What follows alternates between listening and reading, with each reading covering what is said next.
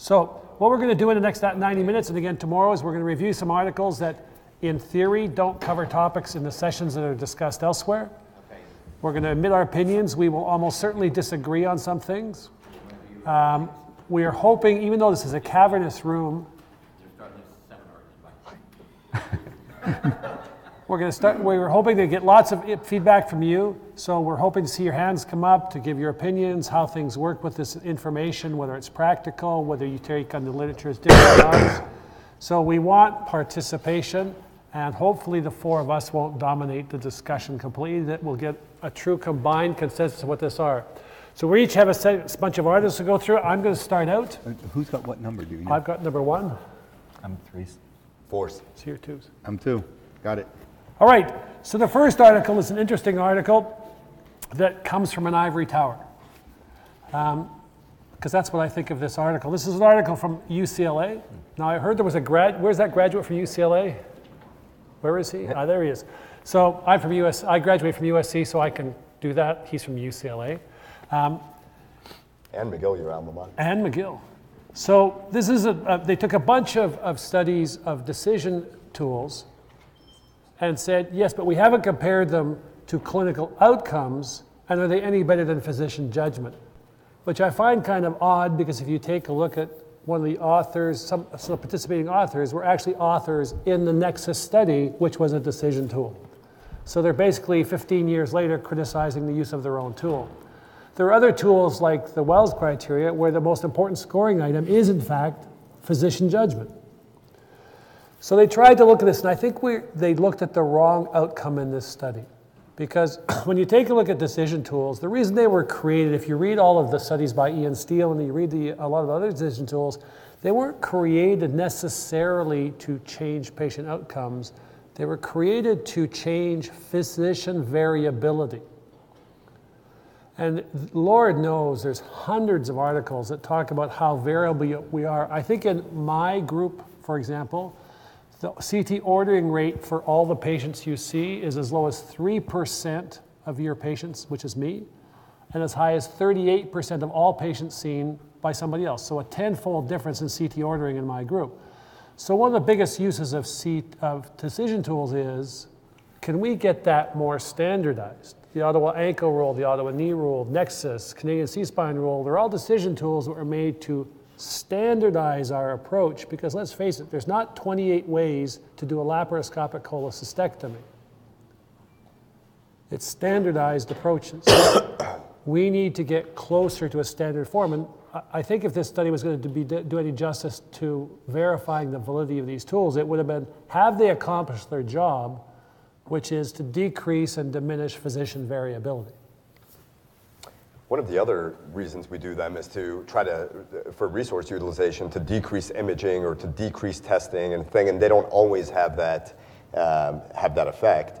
But I think there's something to be said about the study that when you come up with a clinical decision tool, we'll say tool instead of rule, because it's never a rule, and your clinical judgment can always supersede and trump the suggestions of the tool,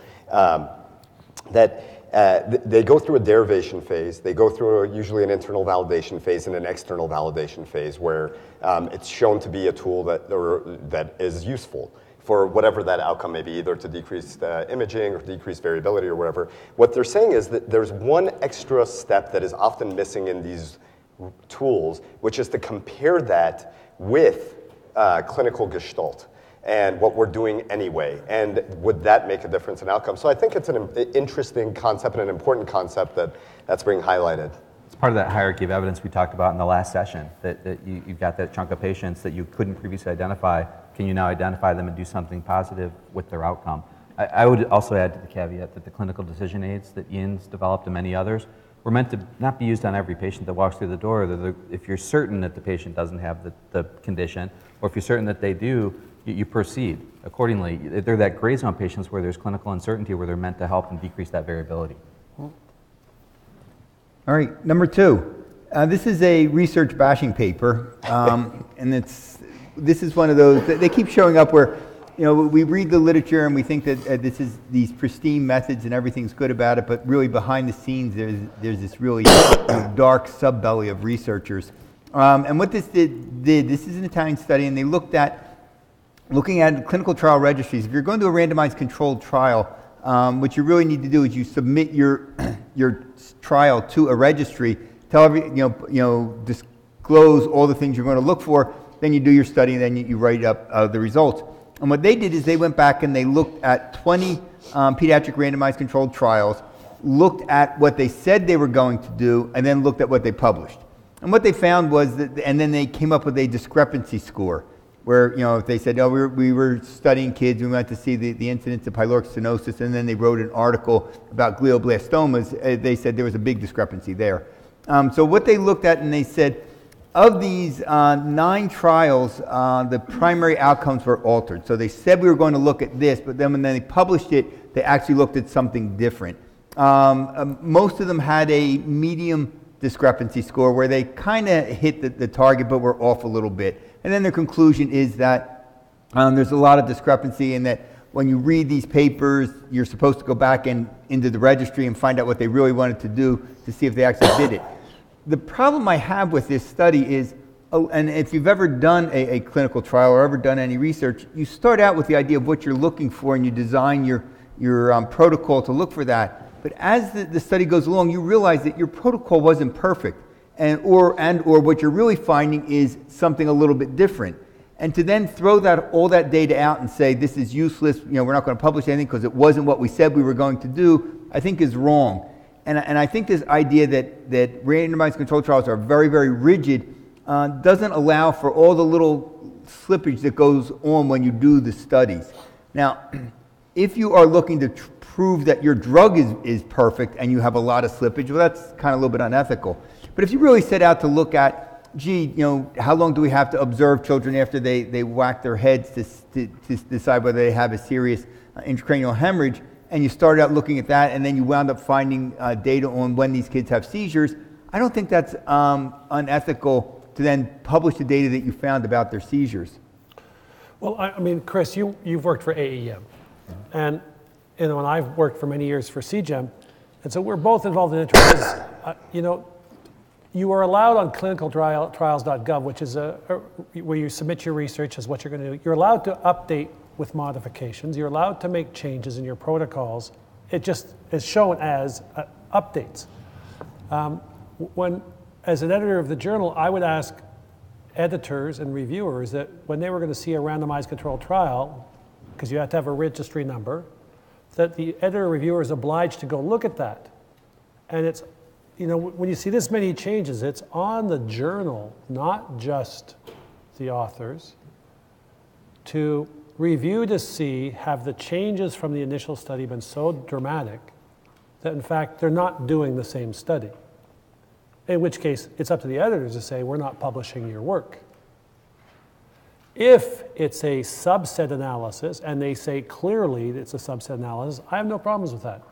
If they said, well, this was the original study, but what we ended up doing is this, and there's a modification at clinicaltrials.gov that says that there's a modification, I'm okay with that, because there are changes in research. But when you set up a study on clinicaltrials.gov, and there's no resemblance to that study, but that's the registry number you use, that study shouldn't be published. So yes, you can fault the authors, but I think a lot of blame has to go on the editors and the reviewers who look at this. What do you think, Chris? This is a conversation we've had at the editorial board for years. Some of our editors believe that this is a gotcha type thing where they try to discount research without even looking at the research, just based upon these deviations, without assessing the degree of severity of the deviation. Right. I think your approach is much more logical. We've elected not to make the reviewers do it, but we highly encourage them to pull the clinicaltrials.gov and state if they think there's a significant deviation.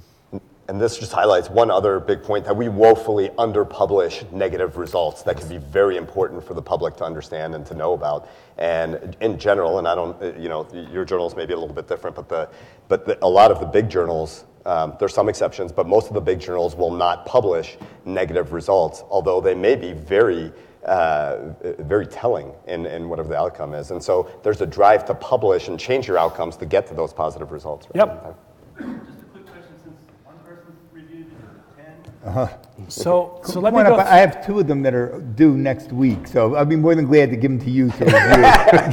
So, As a reviewer, is there motivation to getting this?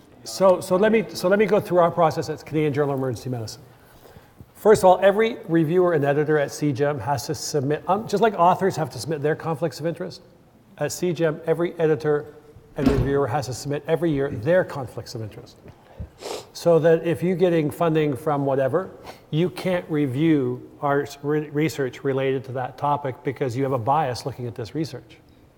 I mean, I personally would have set up a bias where if anything that was written by Jerry Hoffman, Ian Steele couldn't review because they don't like each other.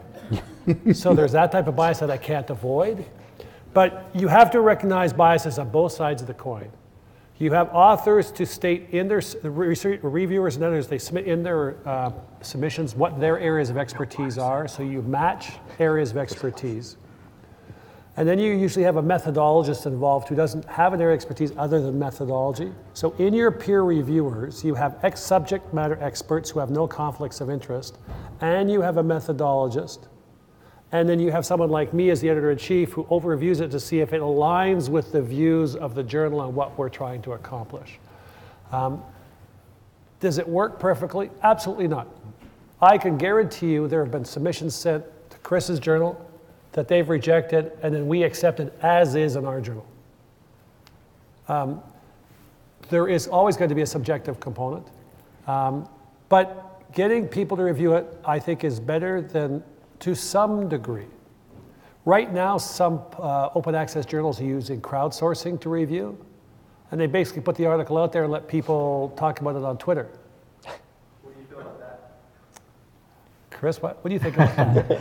Before I give my opinion? I think the peer review process historically is like democracy. It's better. It's the worst thing except every other alternative. I don't have a better answer for it. I personally like the social media approach after we've gone through the peer review process to get it out to a wider audience and let's hear what the masses think.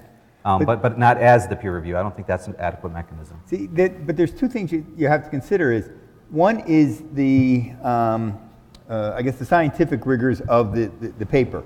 You know, did they do a nice study? But when they said they were going to look at this process, did they look at that process? You know, were people appropriately blinded? Those kind of things. And the other thing that really comes in, and it's interesting that I've seen it in the editors themselves of the journals, is I don't like your results. They make me uncomfortable. We've had papers where it was, you know, we submitted a paper on something, and of course, anytime one of my papers gets rejected, the editors are idiots. I've got a large collection of them. But at any rate, it was an article on pacemakers done by emergency physicians, community hospital. We looked at a series of them, and we sent it into one of the journals. The journal came back with, you know, we're rejecting you, and the reason we are is because it looks like you guys are really good at this, and not everybody will be this good. And you think about it, it's like, well, isn't your journal supposed to put out stuff that, gee, this is a procedure you should be doing, and these guys are really good at it, so you could get good at it as well? It was very clear that the editor who was dealing with that was uncomfortable with the concept that he or she would have to do these things, and that's why they got rid of it. We submitted to another journal, the guy accepted it, like Jim said, immediately. And so you do have that underlying bias of people who just don't like the results of your study, whether good, bad, or indifferent. So that you can't get, there's no way you can get rid of that entirely. It just doesn't go away. But you have to understand that it's really hard to not get your article published. Oh, no. I can do that. I'm good at that too. Okay? Because Just have a negative result. no. Let me explain what I mean by that. I worked really hard with a group of rheumatologists because while I was working at pain research, I was looking at pain in people with polyarthralgias and rheumatologic conditions. And we submitted a study to the BMJ, and the BMJ has a process in the BMJ family, sort of like the JAMA family, that it automatically goes down their journals. And they have literally 6 or 7 journals in a row that it can get considered in the GI journal, the rheumatology journal. And at journal number 6, they said, yes, we'll take it. The first 5 wouldn't take it. You can submit to an open access journal, many of them whom all you have to do is pay $1,500 for them to review it, and they'll publish it. Yeah. So you can get crap published if you want. No, It is easy to get it published. There are journals who will publish almost anything. And then when you go to PubMed, as long as you're indexed, it'll be citable, which is what most authors want, is citable journals, articles, so that they can then get promoted. That's the disease of our society, which is you get published to get promoted. You don't publish to produce good information. You know, back to Raman's point about negative results, I can tell you first as a reviewer, as I grew up from being a little baby reviewer to a junior associate to assistant editor-in-chief, every negative paper gave me angst. Because I know there's a negative publication bias. So then I sit there and say, should I let it go through because it's negative to overcome my negative publication bias? Am I letting lesser research get through to be published so I can say I'm publishing negative stuff just so I can say there's no negative? It drives your head nuts. You know there's this negative publication bias. What are you doing to not do it? Yeah, but think about what you want. This concept of a negative publication bias, as a clinician on the other end of it, I want somebody to give me a journal on something that worked. Okay, I don't want to know what didn't work. So for example, if you're doing cancer research, okay, and the standard therapy is this cocktail of drugs, somebody else comes up with a new cocktail that's better. I want to know that. As an oncologist, I want to know that this cocktail is better than the others. I'm going to put my patients on it. If someone comes up with a cocktail of drugs that didn't work as well, I don't need to see that article. If I'm a researcher in that field and I'm going to do... You need to see that. I need to see that. But I can get that in the... by going into the clinicaltrials.gov and look at all the studies that looked at this cocktail and look, oh my God, there's a cocktail I wanted to use and it didn't work. So it's important for me as a researcher to have access to that, but as the oncologist reading the journal, I don't need to read that. And so I don't think this not publishing negative results is necessarily that bad.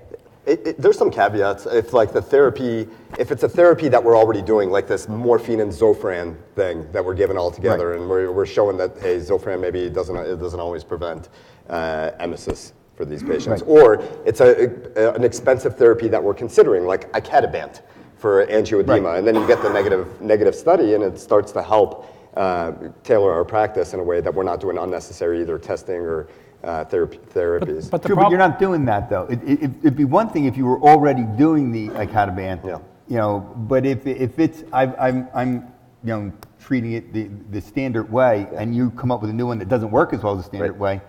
But I agree, like, yeah, getting this negative study on something that nobody's doing is pretty useful. Okay, since we're talking about bad literature, let's move on to number 3. Yeah, number 3 is quite related to what Jim was just saying about the productivity, the windmill of academia. You got to publish or you perish. And this talks about John Ioannidis is a phenomenal thought leader in medicine and really publishes a lot of good papers on topics of does what gets published actually matter? And actually the most downloaded and cited paper in PLOS 1 history, one of the open access journals, is why most published medical research is wrong. He estimates about up to 90% of what gets published is not ready for prime time because it asks the wrong questions on the wrong patients, measures the wrong outcomes, and there's a lot of underlying industry bias or conflicts of interest among the authors or the journal reviewers. And so John, with that article, had pointed out that we need to be really skeptical of what we read in the literature, and no matter who you hear it from, be skeptical of, is this going to change my practice and help my patients? This one looks at meta-analyses, and John's talking about this huge explosion in the volume of meta-analyses of studies that have been occurring over the last couple of decades. And he points out that, again, most of those are wrong. They're critically flawed in about 20% of cases. They're duplicative of meta-analyses on the same topic that are already out there in a third of cases. And he notes that there's this assembly line of meta-analyses coming out of China, where a third of the world's meta-analyses come out of this nation of China. They've set up this shop of ways to get published research without enrolling patients and having the headaches that go along with that. Yeah, and so it's cheaper to get people to go through the articles there. Yeah, you don't have to pay cheaper much. Than doing the big the big studies. So his point is that only about 3% of these meta-analyses are actually clinically useful to you or I when we take care of patients. The one caveat that I would say is that he's really not looking at the stuff that most of us look at. This is largely genomic studies that they were looking at, and not the bedside care, the diagnostic stuff. I'm guilty of throwing in, adding this world literature because I created the meta-analyses of the diagnostic series, that whole new series at Academic EM. But he's talking mostly about genomic studies, which I tend not to read. You know, I really worry about these meta-analyses because it's been shown that probably 98, 99% of physicians don't know how to read and interpret a meta-analysis. They don't have the analytical skill set. So when you survey physicians, what do? They read the executive summary. Now, at least in articles and journals, we as a group tend to read at least the discussion, and we tend to look through an article, see if it's of value when we do read articles.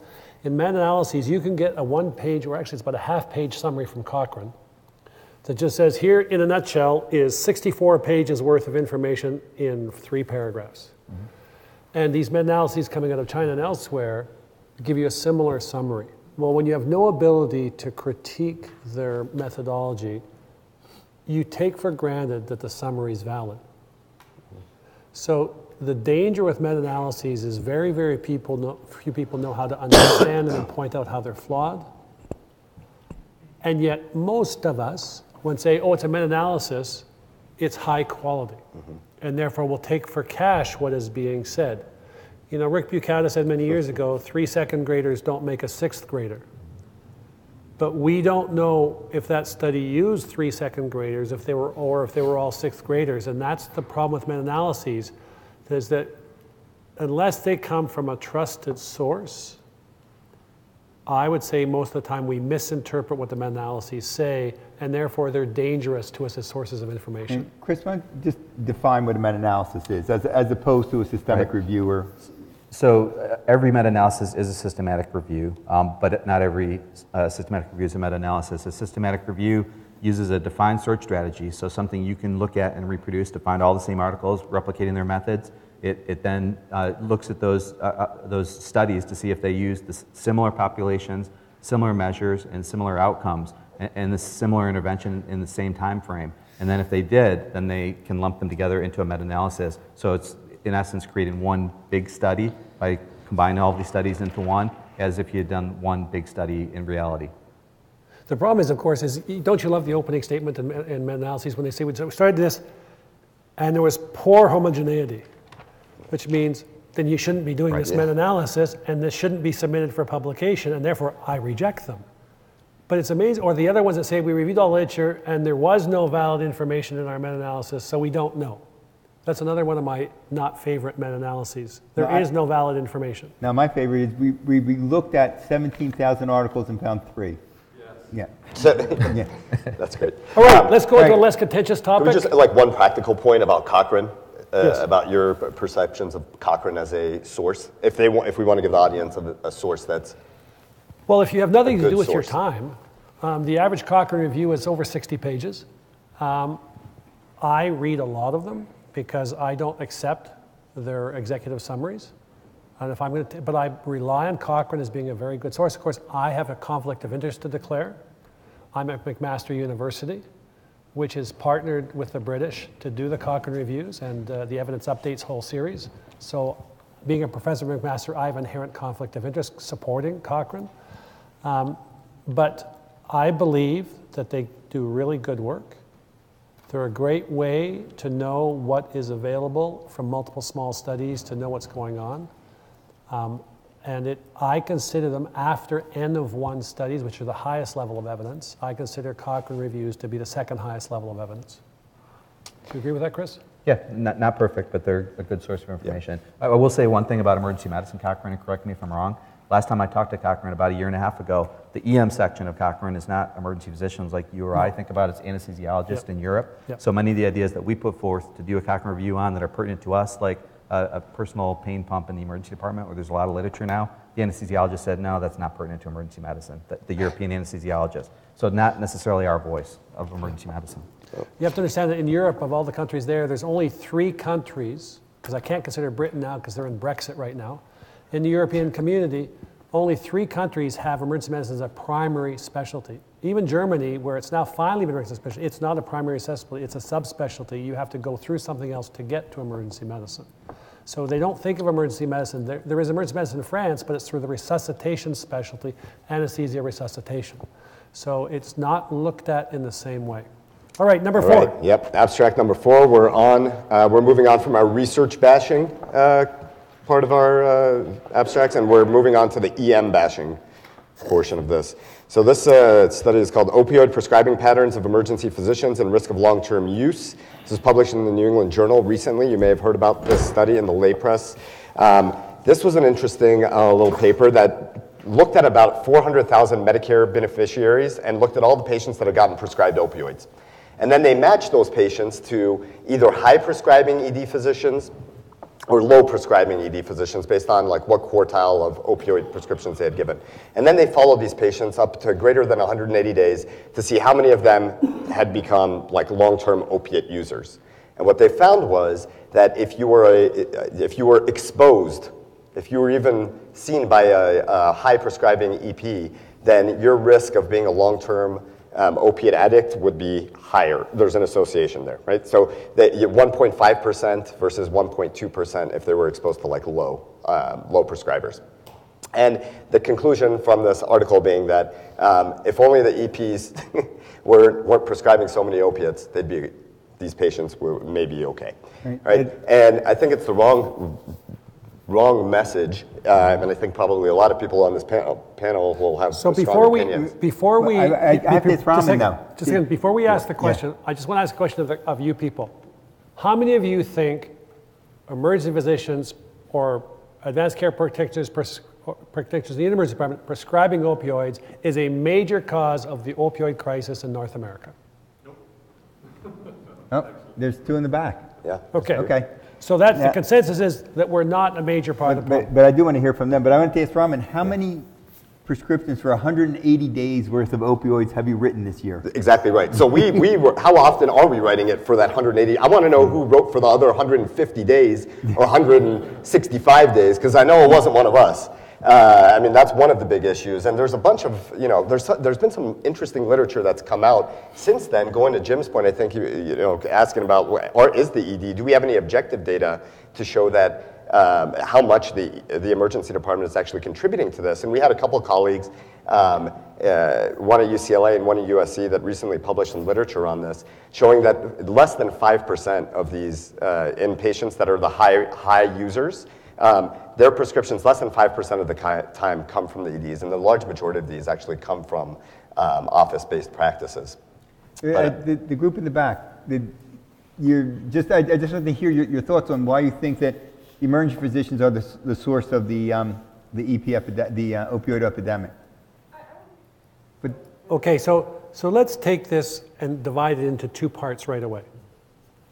The acute person who's in severe pain, who you're going to use opioids as part of your treatment in the emergency department, is not part of this discussion. The guy who's got a femur sticking out through the skin is not part of our discussion about the opioid crisis. So what we're talking about is discharge prescriptions. How many of you in this room do routine opioid risk assessment before you prescribe opioids? No, that's not an opioid risk assessment. That's a verification of past prescriptions. Okay. What I mean by a valid opioid risk assessment is you use an objective validated tool, Lord knows that we trashed that in the first article, to assess opioid risk of addiction. How many of you do that? It's the law in Nevada. It's the law in Nevada? So as a result, what we're saying is we're all concerned about this, because we are, and every one of us should be concerned about it, but none of us do anything to assess risk. 13% of the population is genetically at risk for addiction. Not everyone, but almost all of you at university or in your education went to a kegger. Admit it. Look, they're in Las Vegas, but really? Yeah. Okay, not all of you became alcoholics because you went to a kegger. Again, they're in Las Vegas. I understand that. So 13% of people have this genetic These 4 trait. days being excluded. You then become primed from both nutrigenic and epigenetic factors in your life. Just like juvenile onset diabetes has a genetic trigger that's then initiated by some type of viral infection. So opioid addiction, just like any other addiction, is triggered by bullying, poor socioeconomic status, depression, social problems in your family, dopamine low foods, fast foods, fatty foods. They all incite through food and epigenetic things that trigger to make this now an active genetic trait. If you have that active genetic trait, it takes less than 10 pills for you to become addicted. To become physically dependent on opioids takes 6 weeks. Does that mean? Is that you, Al? And, Who's whistling? Where's- Well, that's someone outside with a truck. So, yeah. David, therefore, the people who we're prescribing for, who are primed to go, a prescription of only 10 to 12 pills is in fact enough. I've had physician friends who have said, you know, with a broken wrist, I got a cast, I got some Percocet, and they said I had 2 Percocet my first night. It was so good. I had to throw the rest of the pills out or I was in big trouble. 2 pills. But we're not doing opioid risk assessments. And so what we have to do is we have to understand that it is part of what we should do because addiction is a risk. But are we the initiator and producer of ongoing pill prescribing? Not at all. Yes? what, well, then, yeah, you're leading to the point that I was going to make. Number one, you can't do the genetics on the person. Right. So that. Number two, the construction worker that crushes his thumb with a ball-peen hammer, okay, I can put the digital block in him in the emergency department, but at 2 in the morning, that digital block's not going to be effective. That person does warrant going home with opioids. And not sending them home for fear of, I'm going to make him an addict makes no sense. Because like you said, the 12 Percocet's probably not going to do it. And even if he feels wonderful after the 2 he takes, you know, they're going to run out after 2 days. And he's either going to not need them or he's going to go to his doc and say, I'm not feeling any better. At that point, you can make the assessment. But in the emergency department, I don't know if he's genetically predisposed. What I do think is your response, which was, it's just too much of a pain in the ass to be able to prescribe an opioid anymore, is really, again, So, it depends on what you're treating. So let me talk that. I worked for a month in Ethiopia because I do international work. Probably way too much, but I do international work. I'm about to become the president of the International Federation for Emergency Medicine. And I was in Ethiopia where there are no opioids. I would never wish that on my worst enemy. It was horrific. Seeing people with retention sutures from subhepatic abscesses having their retention sutures opened, gauze pulled out of their bellies irrigated, gauze stuffed back in their bellies, no analgesia. Well, I give opiates in the ER. I'm just saying. But to think that people in severe pain going home don't deserve opiates is a misjustice. It's just not fair. Having had broken bones, having seen my son with broken bones, that's not fair. And no, Tylenol and Motrin or Advil don't cut it in certain situations. Do I think that we should do everything possible? Absolutely. Do I think that you should be prescribing for no more than 48 hours? Absolutely. Why? Not because I'm worried about the addiction risk, but because if you still have severe pain 48 hours from now, I should be seeing you, not letting you take more pills to cover up your severe pain because something's going on. That's where we got it wrong in the past. And I think that leads into... Number 5. Okay. That's me. Okay, so this is a secondary unplanned analysis, okay?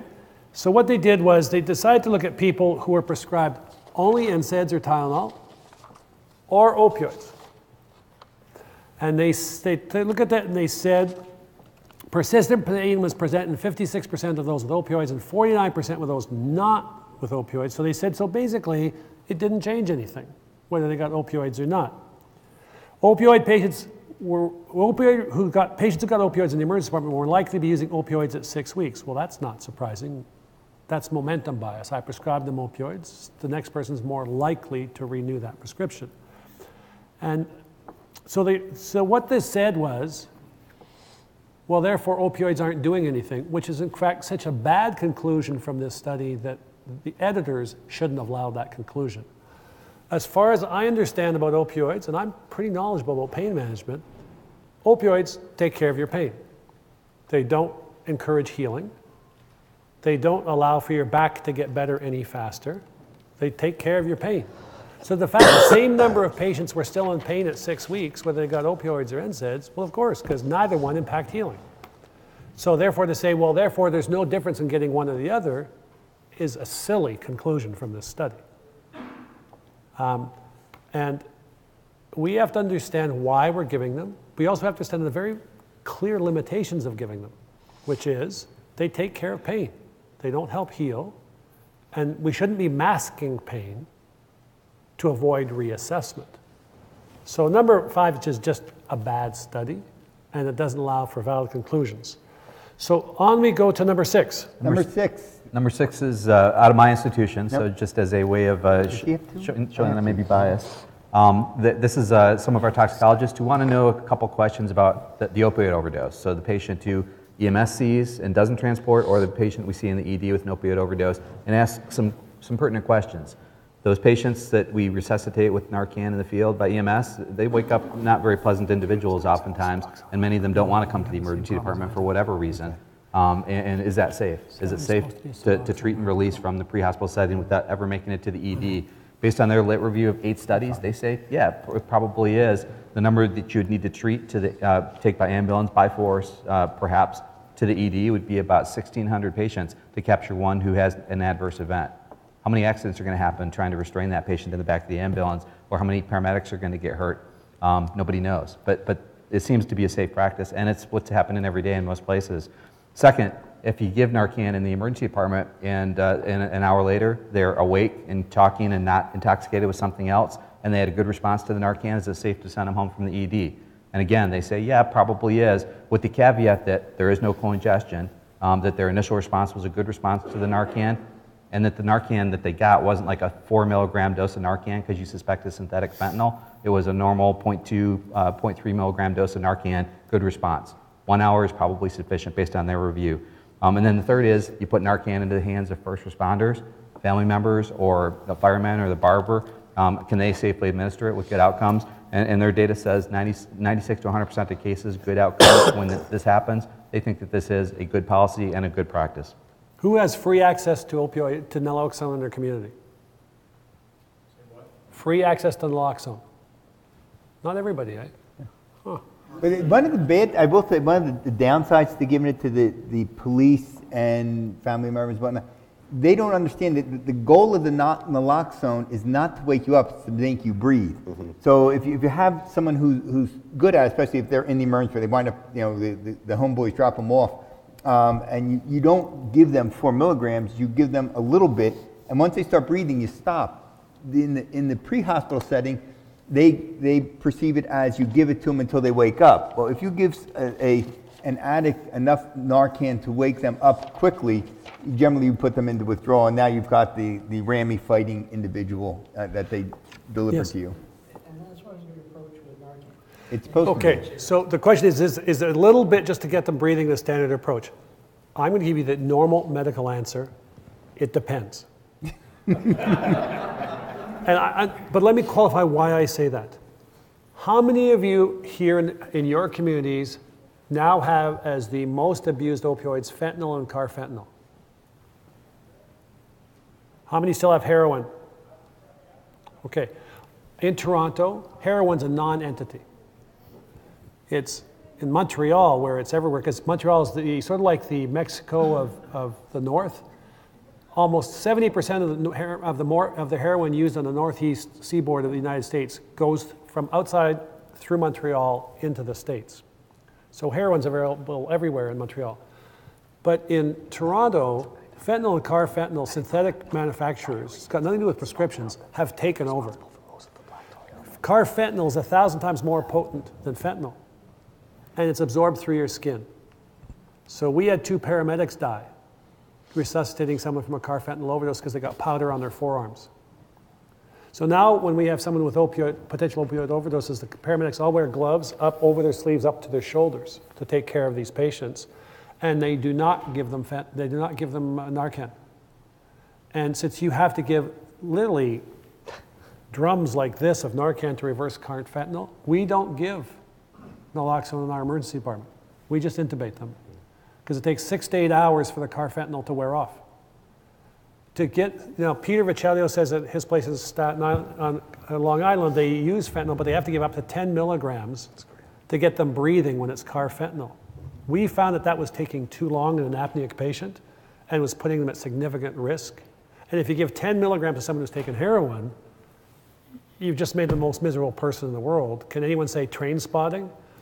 And so we made a conscious decision. There's naloxone everywhere in our community. In fact, if you buy crystallized fentanyl, the people in our community will sell you a $50 package, $30 for the crystallized fentanyl and $20 for the Narcan. They sell you both because they don't want you dying, so you'll be a repeat user. So you can get Narcan anywhere in my city. Nice business model. That is a good business model. But with Sustainability. carfentanil, because it just doesn't work without super huge doses of naloxone, which are terrible for people who haven't taken it, so we can't distinguish between the two. That's right. And the airway is risk. We just now intubate our opioid overdoses and wait the 6 to 8 hours for them to wake up because we found it was the only way we prevented anoxic brain damage to our patients. They don't take You have the it, tubes Chris, where either. you are. What do you do? Our toxicologists want us to try the Narcan first before we reflexively intubate. I don't disagree with your approach, though, because we use a lot of Narcan, and a couple times we've had some shortages. Yeah. The nice thing about Jim's approach is if you don't tape the tube in, when they wake up, they'll extubate themselves and leave, so you don't even have to do discharge summary. So, Yeah, a good question. yeah. Right, but the caveat is you have to keep them long enough for the heroin to wear off. Yeah, the Narcan to wear off, yeah. Yeah. Yeah. So if they've taken carfentanil and you woke them up with Narcan, in an hour they're going to be back asleep. There's a hand over here. Well, I was going to say, it really, just FYI, there's Yeah, I mean, for this issue, you really do need to know your community. I agree with you 100% because we've actually found in the drugs being sold in the streets in Toronto, 30% of them are contaminated with carfentanil. and that's unusual. And So- you were mentioning Ohio. If anybody's interested in this topic, like on a more social level, there's a book called Dreamland right there out of Ohio that talks about the intersection of where a lot of the black tar heroin came from in this little place in Mexico and the role of Purdue Pharma, the pharmaceutical companies, and the intersection between the medicine. It's a fascinating book. There is, this brings up such an interesting notion as we're going through these various articles about the role of emergency providers in addressing the opioid epidemic, from what we talked about earlier and just sort of safe prescribing practices. What's our duty there? And then now, like we're talking about interventions and treatment, Narcan is solely a bridge to keep people alive until hopefully one day they can treat their addiction, but it's not an addiction treatment. And then you there's another camp of providers that is on the Suboxone train. Which is number 7. Buprenorphine. Who has number 7? Which is, who has number 7? Is that Al? Okay, no, you guys have it. So there's number 7 in your handouts is about Suboxone, right? So when we talk about Suboxone, there is encouragement in this article for people to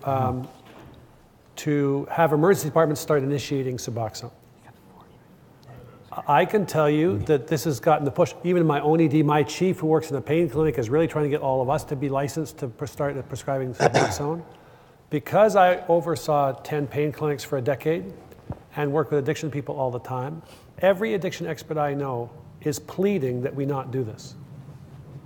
It's insane, to be honest with you. Because if you look at opioid replacement therapy, be it methadone or Suboxone, it requires, if you're going to be allowed to start doing this, read the federal requirements in the United States. Go to the website and look it up. It requires that you have a multidisciplinary background support for you to initiate opioid replacement therapy. As far as I know, we don't do that in the emergency department. Many of us don't have immediate access to an addiction center, so we start up Suboxone and refer them, so they end up coming back to the emergency department for Suboxone, where what they're really doing is just getting their medication to keep them from going through withdrawal until they get onto something else. Suboxone works in a proper opioid replacement therapy clinic. It requires multidisciplinary care, and then you have to accept what happens to people in opioid replacement therapy. A third crash and burn. They call it going through the gauntlet. If you've ever been to, have any of you actually gone to a methadone clinic just to see what it's like? You go into a methadone clinic and there's 10 people or more outside, all willing to sell you drugs because they know you're an addict. That's right. So you have to walk through the gauntlet to go get your opioid dose. Mm-hmm. And as you walk back out, they're still there trying to sell you drugs. So a third of people crash and they go down the hellhole called addiction. And I don't wish that on anybody. A third of people are on opioid replacement therapy for the rest of their lives and have very productive lives. And they take a medication for their addiction disorder just like people take medications for diabetes.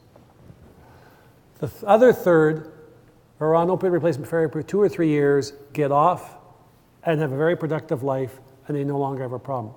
So it's a very disparate outcome for 3 different types of populations, but it requires proper support. To think that we in the emergency department can somehow change people's lives when we don't have any of those factors, we don't know if they're going to go to a clinic. They said, well, we got up to 90% of people went to some type of addiction center. That's because they had the addiction centers immediately available. How many of you can get someone to an addiction center within 24 hours? One hand. That's the problem with Suboxone in the emergency department. We induce Suboxone and they're going to follow. Right, absolutely. But it's also a clinical decision unit. That's not the ED. You're not 2 in the morning juggling 15 patients, one of which is the overdose. They will induce, people induce it in the ED. But they don't go right from the ED home. They go to the clinical decision unit. The majority of time. Right. Right. Don't forget, you can't give someone Suboxone for at least 6 hours after their opioid dose. And how many of you know when someone took their last opioid when you see them in the emergency department? Again, so there's all sorts of problems with this. Chris, any comments? Well, I do disagree a little bit, because in Missouri we took the approach of a citywide symposium in a room like this with our city and state and federal politicians to give us resources, psychiatry, addiction specialists. We brought in Corey Waller from the New York Consortium. I can't remember the name right now. But what we ended up doing with support from the city and the state was we opened our own ED addiction clinic, because psychiatry wasn't going to do it, primary care wasn't going to do it, indigent patient population, really hard to find supporters for. Our toxicologists run it 2 days a week, so it's not 7 days a week clinic that's open. We got 100% of our green emergency physicians and the extenders to get certified to prescribe buprenorphine. It wasn't 100% because not everybody ethically agrees, but we did the 2-day coursework that was necessary to do that. I'm one of them. And then we get them into the clinic with whatever the next day available is. We got a social work 24 hours a day that helps to coordinate that, make sure they can keep the appointment. And we're assessing outcomes to see if we can get the same results as the Right, CLO. so But you do have a lot of resources. But you're getting all the multidisciplinary Yeah. resources that are Yes. required. We pulled in all Right. psychiatry. It'd be great Yes. to have psychiatry on board. They didn't want to have anything Right, to do with this. But that's the whole thing with any Suboxone or methadone program, you need a multidisciplinary program around it. Yep. I'm glad to hear that it affects the family. But that therein is a real point. It's not just the family; it's society. You know, if you're stealing from a store, that's why high drug areas don't have the infrastructure of a store, a restaurant, and those kind of things, because they're constantly being robbed, and and you have the high crime rate. So when we look at an individual addict in the emergency department, we're looking at that individual, but the ripples out from them are huge, like you alluded to. So yeah. So unfortunately, but not unexpectedly, we haven't solved the opioid problem up here. So we're going to go on to a new topic. I think it's, Raman, you have 8, the 4s? Yep, I do. So number 8. So, number 8, we are talking about the risk of acute kidney injury after IV contrast media administration, Annals of Emergency Medicine, May 2017. This was a study done out of Johns Hopkins. It was a single-site retrospective study of about 18,000 patients that they looked at. Half had gotten contrast, half didn't get contrast, and they were looking for the primary outcome of acute kidney injury in response to contrast to see if this phenomenon of contrast-induced nephropathy is sort of a real thing, as it's sort of like losing traction. I think something we used to be really concerned about, and now we're less concerned about it. In this study, they found that they found an incidence of about 10% AKI, defined by a 0.5 increase in your creatinine or a 25% increase in your creatinine. It was 10% whether you got contrast or did not get contrast. All right, so this is kind of swaying us even more in the direction that, hey, maybe CIN isn't something that we should all be so up in arms about every time we have somebody that needs a contrast study. There's a couple little caveats to this study. One is they excluded patients that had creatinines greater than 4. So we're not looking at that sort of extreme end of the spectrum, which are the patients that we actually should be worried about. Those are the patients I care about the most, where the creatinines are sort of their stage 4, stage 5 CKD. You throw that contrast study on and maybe it tips them over just enough to get them to needing dialysis. Those are the patients we're really concerned about. That being said, I do think that the CIN, the contrast-induced nephropathy outcry is a little bit overstated. We have better contrast media now, lower osmolality. The initial studies were all based off angiography studies with high load, high osmolar contrast that did cause kidney injury.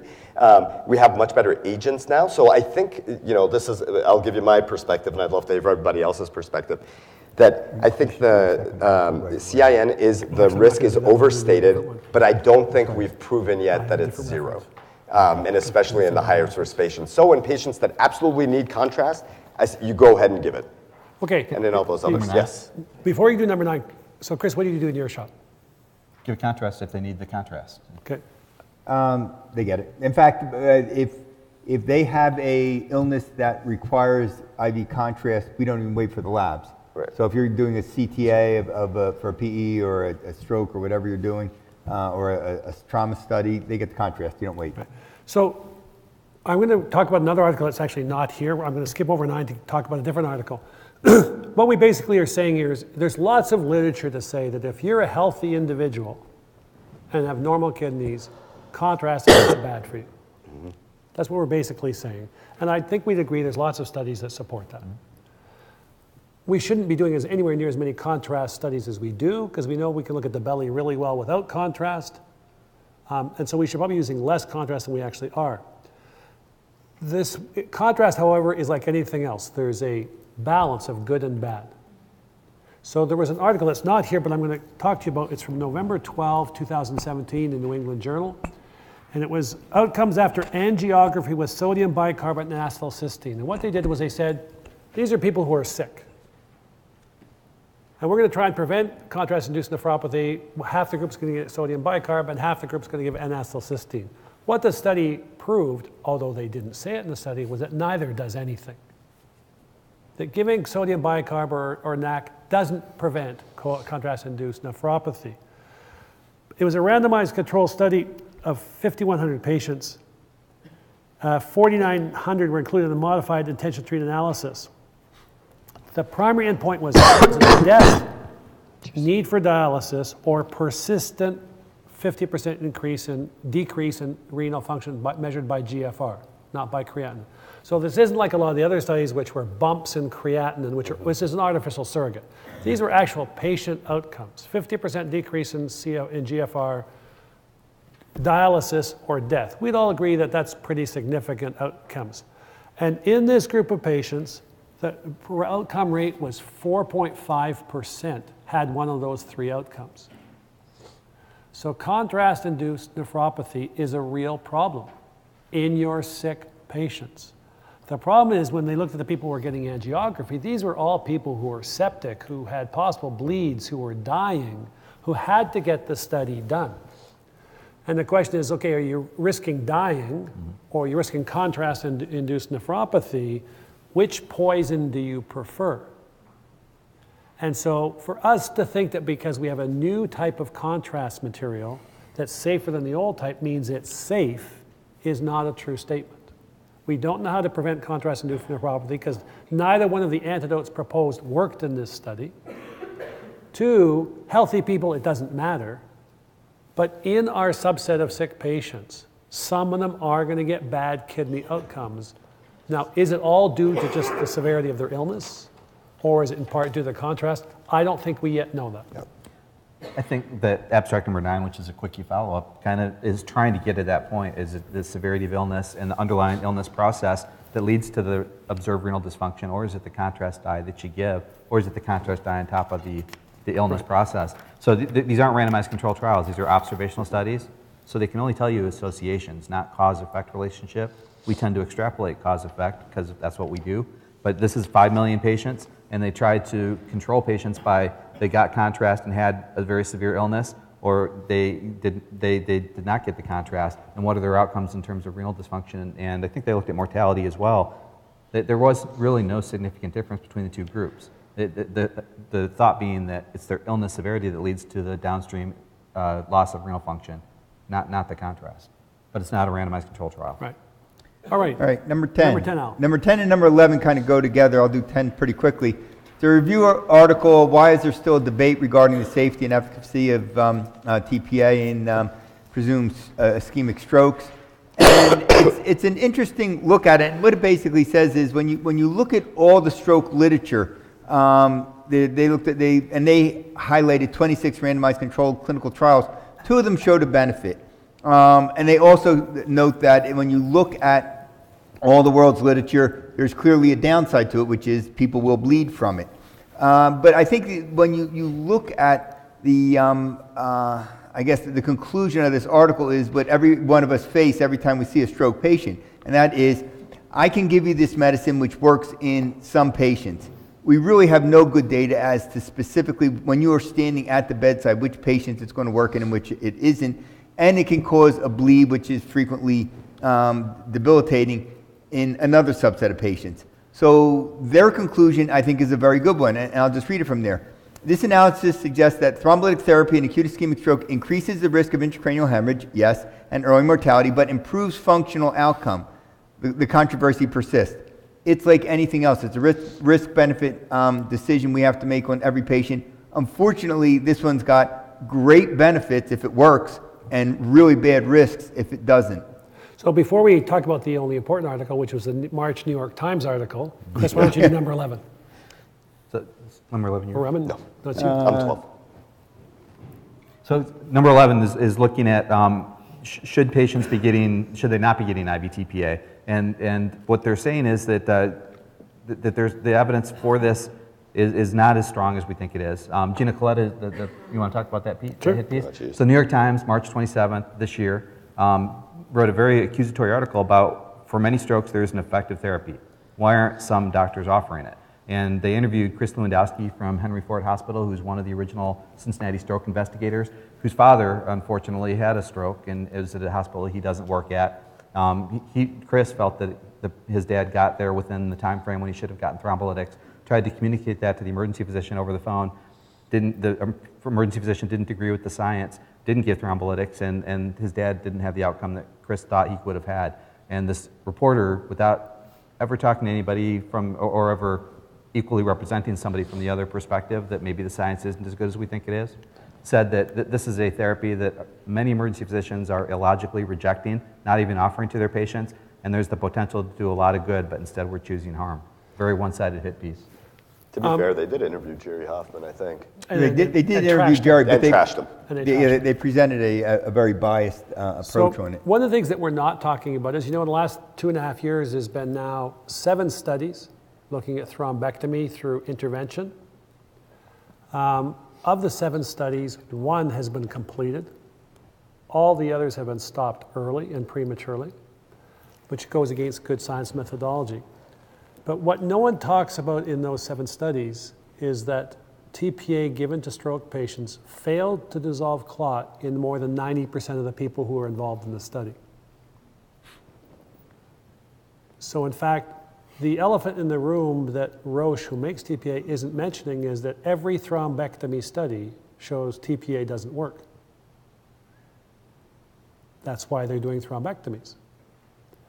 But the other thing, though, is a lot of the thrombectomy studies, you've got the catheter in there, you pull the clot out, Yeah. and we're a shop that does it, and I've gone up to the lab with them and watched them pull the clot out, and it's really impressive. Yeah. And then you this beautiful blood flow, but the patients still don't get better. Right. So this idea of, unlike in the MI, all I have to do is restore the blood flow and things will be better, the brain's a little bit more complex than the myocardium. So, I think that there's been a controversy. I mean, for those of you who have read the literature and those of you who have been on whichever bandwagon you've been on, it's always bothered me that we had more than 10 negative studies and only 2 positive studies, and we somehow embraced the 2 positive studies. It goes to Raman's comment, we like positive outcomes. And so we've leapt on the 2 positive studies out of more than 10 negative studies. We now have 7 more studies where the thrombolytic agent failed in the vast majority of patients, and yet we still keep holding to the notion that thrombolysis works. Well, let me ask the group, how many people here think that TPA works in acute ischemic strokes? In some patients? Yeah. I absolutely believe it works. The problem is I don't know which patients it works in. Well, Right. And they did, at least with the endovascular studies, they defined searched and they searched and they searched and they finally found that tiny, tiny little population that had large vessel occlusions and the ischemic penumbra. But they had to search, Raman, because the first studies of thrombectomy had 33% mortality rates. Yeah, they were they killing didn't a work. third of their patients, so they had to find a subset that worked because they were killing everybody. We're not doing that for TPA to find the right subset. My end stage is working is 35 years of seeing strokes and using it in the last. What outcome? Oh, I go up and follow people on the floors and stuff, and I just see it's just a gestalt that some of them, a higher percentage have gotten better since we started giving the TPA than in the past. Now, it may be nothing more than better care, but I can't predict someone coming in. Because when Greg Henry talks about these studies, he talks about. So let me give you the example of what's happened in Toronto. Over 4 million people, and it was decided, I guess, 6 years ago that we'd have a stroke network. And so we have what's called a code stroke protocol for all 27 hospitals in the city of Toronto. If someone happens to be defined as a clear stroke by paramedics, they go to one of the 2 stroke centers. If they come to your hospital and you say they're a stroke, you have literally, and the clock starts 15 minutes to make a decision. And if you say, yes, they've had an acute stroke, they have to leave your department. So we're not there to talk about TPA or thrombectomy or whatever, because that's not our job. Our job is to identify who has it. And then they go to the stroke center. It's taken completely out of the hands of the emergency department. Yeah, but let me ask you a question though. I'm not a stroke center. They bring somebody in who clearly has a stroke, but I do have a CAT scanner. I throw them in the CAT scanner. No, we send them. Even before the CAT scan. But yeah, they don't want the CAT scan done.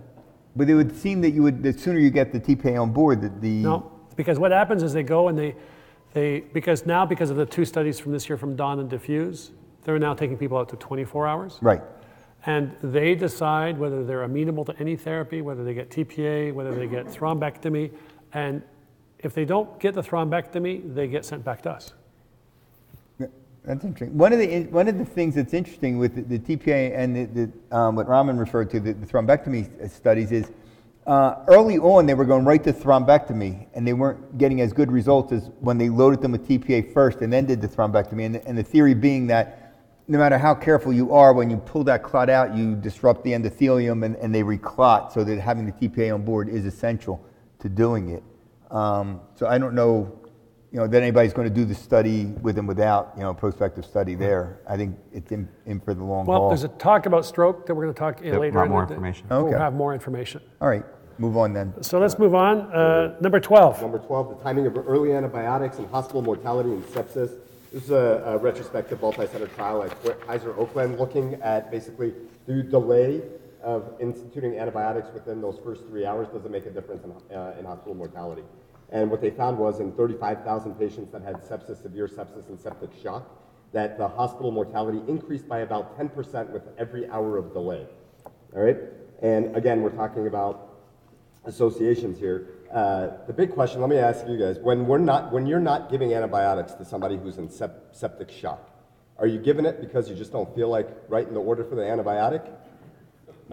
What's the reason that we don't give antibiotics in the first 3 hours usually? Why might these patients? You haven't seen the patient. That might be one reason. They're still waiting in my waiting room. The reason, and the confounder here is the patients that have a diagnostic dilemma that we don't know whether they're sepsis, severe sepsis or septic shock until a few hours later. That's usually the reason I would guess that we're not giving those antibiotics in early stage, and subsequent mortality may go down. We're not recruiting them in a different pathway. I think overall, if we have somebody with a septic shock that's clear, I think certainly giving antibiotics earlier is better. And there are times where that gets delayed. And that was always my excuse when because the hospital, the sepsis police are always up our butt about you didn't meet this bundle for this or that, and you missed the diagnosis. It took you 5 hours to do it. The only thing that goes against that is the ones that are clearly that we give the antibiotics to right away are clearly sicker. Yes. I mean, they clearly are sicker. No, they've clearly presented sicker. Okay, They're not necessarily sicker. Good point. Oh, good, thank you. I will take that back to the sepsis police. So one of the problems we have is that if you take a look at all patients who have an ICD-10 code at discharge of septic shock, that not the ones post-op, the ones that came into the hospital with a final diagnosis of septic shock, 40% do not have septic shock when they hit the emergency department. Our problem is we don't know how to identify that 40%.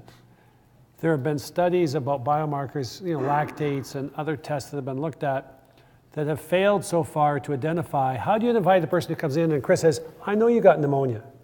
There's no doubt you have pneumonia. I just don't know that 14 hours from now you're going to be in septic shock.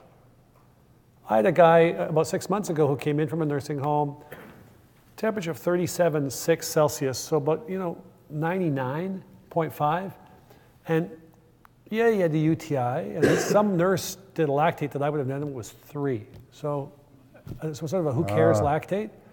And his pulse was normal, he was looking fine, put him on oral antibiotics, sent him back to his nursing home, and 3 hours later he was back in septic shock. We don't know how to predict that person. And I can tell you the device industry or the testing industry is desperately trying to find markers so that we can identify those people so they can make money, but so we can then get them into the resources of an ICU or whatever to monitor them properly before they crash. And also avoid unnecessary treatment in all the SIRS patients that we're treating. We're giving antibiotics for flu patients because we're worried about those sepsis police. Because to give you a controversy that makes this look small, in Europe, who were adopters of Q-SOFA probably first. Yes. And Q-SOFA is... The studies of Q-SOFA in Europe basically said that it doesn't matter when you give antibiotics. Because, let's face it, we all know people who come in who've been sick for 3 days, and they're still not looking bad and they crash tomorrow. We've seen people who were fine 3 hours ago and are crashing in front of us. The pathway of sepsis is very variable depending on the virulence of the bacteria, depending on your immune system, depending on a whole bunch of things. And with Q-SOFA being as ridiculous as it is, it includes everybody. To then say, well, antibiotics, whether you give it 1 hour, 2 hours, 6 hours, 8 hours, didn't make a difference. So I was actually with a panel in Paris this fall where they were saying they can wait till they get to the ward, it doesn't matter anyway. That's where we are in all this. We know it just makes intuitive sense that you're in septic shock, you need antibiotics. And yet there is literature out there that suggests the exact contrary. So when we get literature like this that says, if you know that they're septic, you need to get them antibiotics quickly because there's a downside to it. The problem is we all have problems knowing who's septic. How many people here have thrown up their hands and any kind of fever, tachycardia, you just throw the whole sepsis bundle at them because you're tired of having your charts reviewed and sent back to you? Yeah. I mean, that's basically what it's coming down to. What I really like is the fact that we've got, the ID people are like, get your antibiotics on board. And so we're indiscriminately giving antibiotics to everybody else. And I know that in another 5 years, I'm going to be septic from my prostatitis and there's not going to be an antibiotic out there to treat me because everything's going to be resistant to it from all the antibiotics we're giving for these possible septic people. So. Well, 15 years ago, the CMS mandated that you needed to get antibiotics on board for pneumonia patients within 3 hours. This is in the early days of Manny Rivers' early goal-directed therapy. REDs constantly got 50 people in the waiting room that were trying to get back and get seen. The response was anybody with a cough or sore throat was getting azithromycin in the waiting room before their chest x-ray, before we knew if they had anything bacterial. And that's what this is leading to. Diane Birnbaumer at her hospital, County Hospital in LA, said it was real simple. They had a bowl of azithromycin. And at triage, if you had a cough, because the wait times were 8 to 12 hours at their hospital, if you had a cough-related illness, you were given a dose of azithromycin at triage so they could meet their standards. How many people have on their electronic health record, it lights up on the board that this patient is, it changes their chief complaint to sepsis if they're tachycardic and have a fever? Anybody have that? Our electronic thing does that. So every night we have 15 to 20 children, under 8 months of age who light up as septic because they're in with their viral infection. Can you imagine with the flu season that we all went through, how many lights must have gone on in his emergency department? Oh yeah. All right, number 13, because we're doing as quickly as we always do in our first day. Yeah. Physician variation in time to antimicrobial treatment. Guess what? Just like everything else, physicians are all over the dartboard. It's scary that we're this variable in our practice. And if you were a patient, you know which doctor you want to take care of you already in your own group. Since we all know this, Why are we allowing this variability to continue? Number 13, severe sepsis or septic shock. So these were not iffy people. These were true sick patients. 26% did not get their antibiotics within 3 hours. Range varied from 71 minutes to 360 minutes. That's 6 hours amongst 40 physicians, with in-hospital mortality increased by 20% for each 1 hour increase in door to antimicrobial time, with only 1/4 of the physicians meeting the 3 hour time limit. So that tells me right away that they have a system issue. If only 1/4 of their physicians are hitting the target, it's not an individual physician issue, it's a system issue. But that they have physicians with diagnosis in the ED, this wasn't made at discharge, this was in the ED, where they have physicians waiting 6 hours to give their patients antibiotics, they have a problem. And we can't allow such variability to occur because some of the doctors were getting it in 71 minutes after arrival. So they have a system issue and a physician variability. Right, but if you looked at, the next step would be take a step back and see, of those physicians who got it in within 71 minutes, how many patients were inappropriately given antibiotics by them just to make sure that they got it in time. So, number 14 is the same old, same old. The earlier you give the antibiotics, it was associated with a better outcome. Okay, number 15. 15 is changing gear a little bit. We're looking at physician burnout, and this is a list that we don't want to be on top of in emergency medicine, but unfortunately we are. And a lot of people are changing their career paths mid-career because of burnout. And so this is asking in residency training, how well do the trainee, the resident's perception that they're burning out, objectively tested with this instrument, and their guidance, their mentors within their residency, how well do they align? Do the mentors recognize the signs of burnout in these people? And really they don't. According to the subjective test, 70% of the residents were at risk for burnout in their career, and only 17% were identified as at risk by their mentors. I think this is a problem. I had actually talked to the author of this for EM Abstracts, trying to get some sense as to, is this a real new problem, or is it just that we recognize it because we're starting to look for it, and we've raised the consciousness about it? And he thinks that really the way the medicine is going with reliance on these crappy EMRs and turning us into secretaries and mission creep of emergency medicine, he thinks this is a real phenomenon and a sign of our times. So, Chris, in your residency, how many years have you gone through in the last 10 years where you haven't had a resident take a leave of absence? Not in the years that I can remember. Right. You know, 25 years ago, 30 years ago, you would be banned from your residency if you tried to take a leave of absence.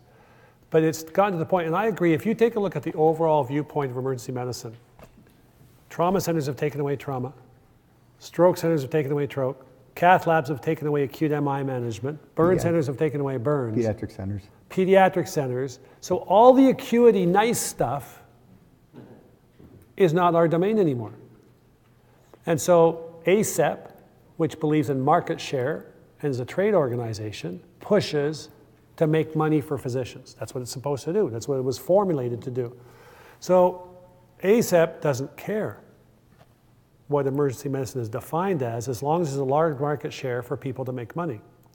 If you take a look at what we take care of in emergency medicine, well, we'll take care of those people who can't cope at home, the failure to thrive, the addicts, the people who have peritoneal fluid that need to be aspirated.